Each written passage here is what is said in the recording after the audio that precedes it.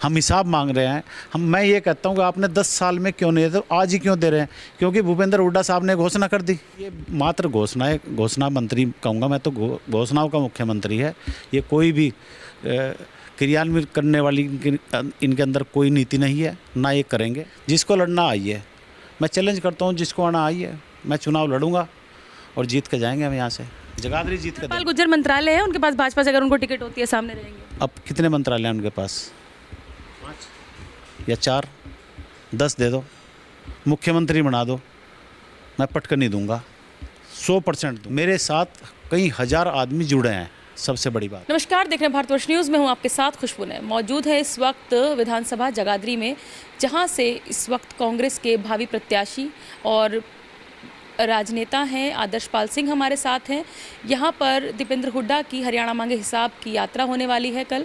आज मौजूद है हमारे साथ, उनसे जानेंगे कि किस तरह की चुनावी रणनीति उनकी चल रही है और क्या कुछ जो है इस वक्त वो करने वाले हैं। आदर्श जी, बहुत बहुत स्वागत है आपका हमारे चैनल पर। धन्यवाद।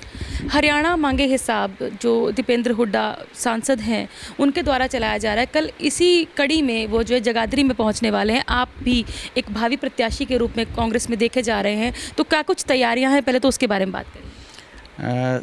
हरियाणा मांगे हिसाब यात्रा कल 4 बजे लगभग हमें टाइम दिया गया है और ये बुढ़िया चौक से शुरू होकर इसका समापन हम राजा जी चौक बोलते हैं, जिसको नरेंद्रा इलेक्ट्रिक समापन होगा। इसका लगभग ये 1.25 किलोमीटर की यात्रा होगी।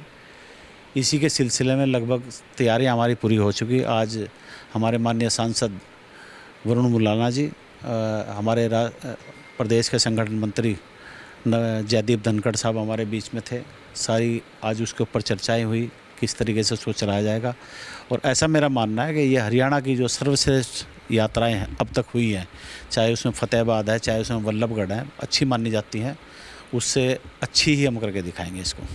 अच्छी की आदर्श जी, आपने बात करी, आप आम आदमी पार्टी में भी रहे हैं। इस वक्त हरियाणा में जो ग्राउंड पर कहा जा रहा है कि जो भाजपा और कांग्रेस की आमने सामने की टक्कर देखी जा रही है, नॉन स्टॉप हरियाणा और फुल स्टॉप हरियाणा की राजनीति जो है पूरे हरियाणा के अंदर चल रही है। अगर बात आपको ऐसी कौन सी कहें विचारधारा कांग्रेस की, या क्या आपको पसंद आया जो आप कांग्रेस की ओर आकर्षित हुए हैं? क्योंकि आपके कंधों पर जो है एक जिम्मेदारी है, चाहे वो कार्यक्रम सफल बनाने की हो, चाहे आगामी विधानसभा में चुनाव लड़ने की हो, क्योंकि जगाधरी विधानसभा में चुनाव लड़ना भी आसान नहीं है, चाहे वो निर्दलीय हो, चाहे वो किसी पार्टी के सिंबल के अंदर हो।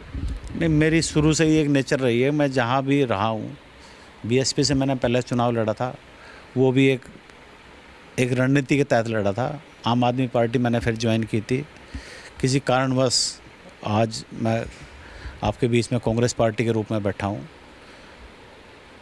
आज जनता की डिमांड है। आम आदमी पार्टी कोई बुरी पार्टी नहीं, बहुत अच्छी पार्टी है, बहुत अच्छी वर्किंग है, बहुत अच्छे नेता हैं, सब कुछ अच्छा था। लेकिन आज आम आदमी पार्टी हरियाणा के अंदर विकल्प नहीं बन सकी बीजेपी का, जो एक विकल्प होना चाहिए था उसको, जिस तरह की उसकी वर्किंग थी।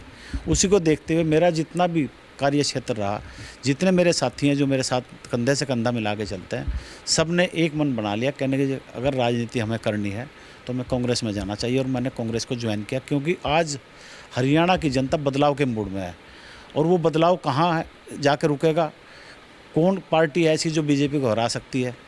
2 ही तरह के लोग आज हरियाणा का, एक बीजेपी को हराने वाले और एक बीजेपी को जिताने। आप बीजेपी के अगेंस्ट की बातें क्यों कर रहे हैं? महिलाओं को 500 रुपये इसका सिलेंडर देने की बात भाजपा कर रही है, किसानों का कर्ज माफ़ कर रही है, कितनी सारी चीज़ें हैं जो भाजपा 10 साल से हरियाणा में है। भाजपा ने आपको अट्रैक्ट नहीं किया? मैं भाजपा, आपने मुझे एक बात कही कि 500 रुपये सिलेंडर दे रही है, आज वो पेंशन की बात करती है, 5000 रुपये पेंशन देंगे।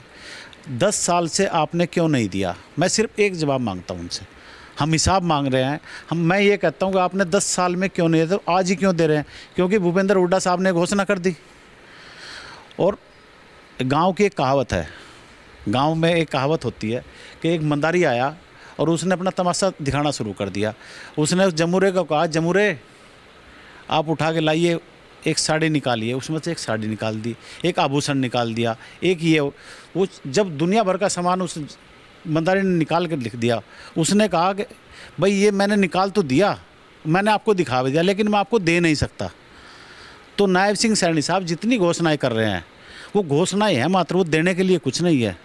देंगे तो आगे उनको हुड्डा साहब। तो इस तरीके से पूरी तैयारी आप लोगों ने बिल्कुल, ये मात्र घोषणा है, घोषणा मंत्री कहूँगा मैं तो, घोषणाओं का मुख्यमंत्री है। ये कोई भी क्रियान्वित करने वाली इनके अंदर कोई नीति नहीं है, ना ये करेंगे। अभी मैं तो ये कहता हूँ कि आप अगले 20 दिन में देख लेना, आचार संहिता लग जाएंगे, तो ये क्रियान्वयन कब होगा इनका।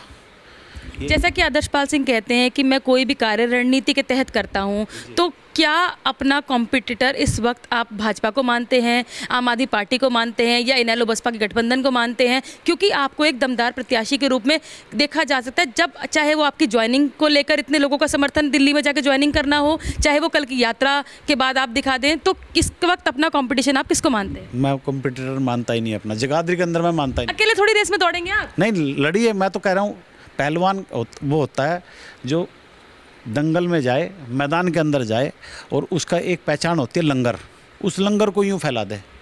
जिसको लड़ना आइए, मैं चैलेंज करता हूँ, जिसको आना आइए, मैं चुनाव लड़ूंगा और जीत के जाएंगे हम यहाँ से, जगाधरी जीत के देंगे आप। कंवरपाल गुर्जर मंत्रालय है उनके पास भाजपा से, अगर उनको टिकट होती है सामने रहेंगे? अब कितने मंत्रालय हैं उनके पास?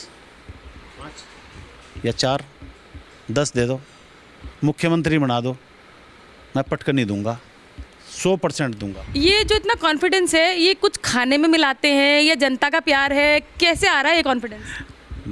मसूरी की दाल खाता हूँ, पतली सी रोटी खाता हूँ, 2 रोटी खाता हूँ।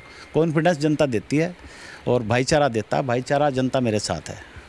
पिछली बार चुनाव लड़े थे अपने दम पर बसपा, जिसका कि क्या कहते हैं कि कोर वोटर भी हरियाणा के अंदर नहीं है, क्या उस चीज़ ने ये प्यार, देखिए अपनी विधानसभा में जाते भी होंगे, लोगों से मिलते हैं, तो किस तरह की जगाधरी की नीड सबसे पहले क्या है?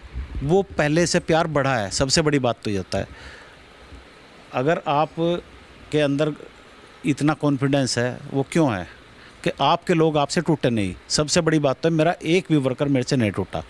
अगर कोई टूटा है, जिसको मैंने कहा, उसको मैंने ऑफ किया कि भैया आप रहने दीजिए।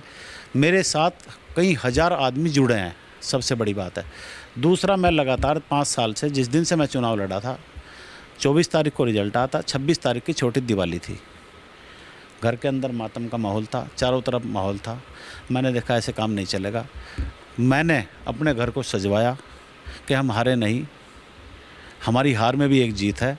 मैंने बहुत अच्छी दिवाली मनाई थी और लगातार अच्छी से अच्छी दिवाली मनाता रहा हूँ, और इस बार तो और भव्य दिवाली मनेगी। इस बार ऐसी मेरे दिवाली से पहले रिजल्ट भी आ जाएगा? बिल्कुल, उससे पहले रिजल्ट भी आ जाएगा, अच्छी दिवाली मनाएंगे आपके साथ बैठ कर। जगाधरी की जनता के लिए क्या संदेश देना चाहेंगे? कल यात्रा होने वाली है। बस मैं सभी लोगों से एक ही बात कहूँगा कि आपने मुझे जो प्यार दे रखा है, उस प्यार को बनाए रखने के लिए कल मेरा ज़्यादा से ज़्यादा आप साथ दें, और भारी से भारी संख्या में एम्बियंस रिजॉर्ट के अंदर मैं अपने लोगों को इकट्ठा कर रहा हूँ, वहीं से मैं यात्रा के अंदर शामिल करूँगा ले जाके। आप सभी 4 बजे वहाँ जरूर पहुँचें। बहुत बहुत धन्यवाद। तो ये थे आदर्शपाल सिंह, जिनकी सरलता और जिनके जो राजनीतिक जो एक्सपीरियंस है, उसको लेकर वो चुनावी मैदान में उतरने के लिए पूरी तरीके से तैयार हैं और जीत को लेकर भी आश्वस्त हैं, और भूपेंद्र सिंह हुड्डा को मुख्यमंत्री बनाने की बात भी उन्होंने कह दी। आप देखते रहिए द भारतवर्ष न्यूज़।